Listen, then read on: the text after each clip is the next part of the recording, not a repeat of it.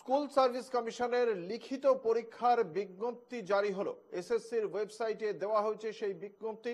বিশদে জানবো সেই বিজ্ঞপ্তি সম্পর্কে।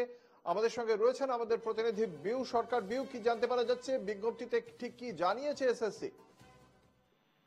একদমই দেখো, যেটা জানা যাচ্ছে যে ইতিমধ্যে এসএসসির তরফ থেকে যে আগামী 7ই ও 14ই সেপ্টেম্বর লিখিত পরীক্ষা নেওয়া হবে এমনটাই বিজ্ঞপ্তি জারি করলো স্কুল সার্ভিস কমিশন। নবম, দশম ও একাদশ দ্বাদশের শিক্ষক নিয়োগে 7ই ও 14ই সেপ্টেম্বর লিখিত পরীক্ষা নেওয়া হবে। ওই দিন দুপুর 12টা থেকে লিখিত পরীক্ষা শুরু হবে। 1.5 ঘন্টার এই লিখিত পরীক্ষা হবে এমনটা বিজ্ঞপ্তি দিয়ে জানালো এসএসসি।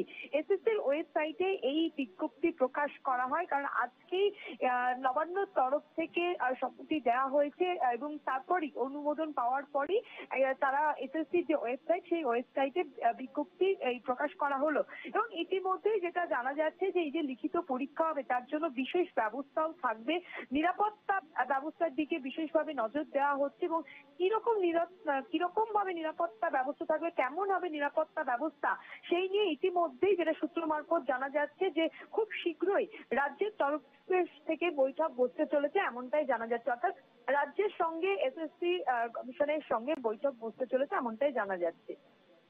ধন্যবাদ। আমাদের সঙ্গে ছিলেন আমাদের প্রতিনিধি বিউ সরকার।